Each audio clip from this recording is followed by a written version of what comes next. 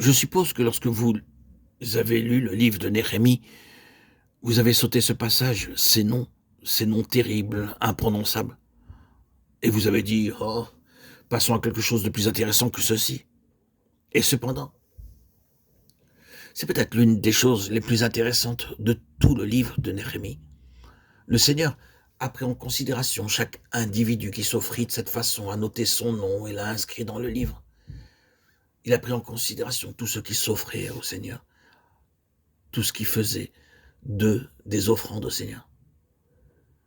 Et il est non seulement mentionné par son nom dans ce livre, la Bible, afin que toutes les générations successives le reconnaissent, l'identifient, mais il se trouve inscrit dans l'autre livre, dans le ciel, pour toute l'éternité. Et cela n'est pas une petite chose, frères et sœurs en Christ, avoir votre nom inscrit non seulement dans le livre de vie de l'agneau, comme quelqu'un né d'en haut, un citoyen du ciel, mais dans le livre de souvenirs du Seigneur, comme ayant suivi l'agneau partout où il va, faisant partie d'une compagnie enregistrée, oui, d'entre tous les sauvés, tous les rachetés, cette sorte de prémisse pour Dieu. Chers amis, auditeurs, auditrices, bien-aimés, est-il donc besoin d'en dire plus? Quel est l'appel de tous ces messages? C'est là le point auquel nous arrivons. J'espère fermement que cela représente pour vous une consolation. Nous désirons toute la consolation que nous pouvons obtenir, mais nous connaissons quelque chose du prix. Récemment, combien souvent des personnes m'ont dit: quand prendrez-vous votre retraite? Un tel a pris sa retraite et un tel prend sa retraite. Oui, des ministres de l'Évangile. Il n'y a aucune trêve dans cette guerre, aucun jour de retraite. Frères et sœurs, aucun jour de retraite. Je suis navré pour vous. Vous n'allez pas être ici-bas mis à la retraite et passer le reste de votre vie à végéter. Vous devez continuer jusqu'au dernier soupir en poursuivant le combat et en payant le prix jusqu'à la fin. Il y a un prix lié au plein dessein de Dieu. Et nous le connaissons de bien des manières.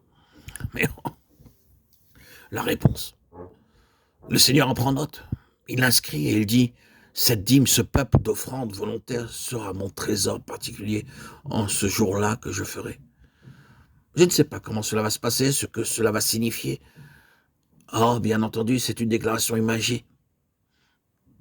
Une déclaration imaginée, à savoir que dans une grande maison, il y a quelque chose parmi tous les biens et les ornements qui est particulièrement précieux au propriétaire. Et toutes les fois que ses amis viennent, il leur montre toujours cela.